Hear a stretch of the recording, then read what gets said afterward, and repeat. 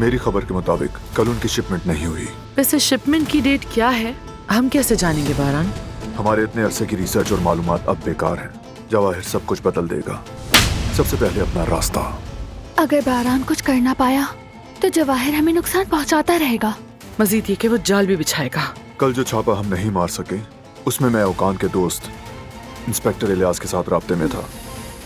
अगर हम plan execute कर पाते तो पुलिस पहले ही शामिल हो चुकी होती। दिलान ने इत्तला ना दी होती तो जवाहिर का काम कब का खत्म हो चुका होता। सब बर्बाद कर दिया मैंने।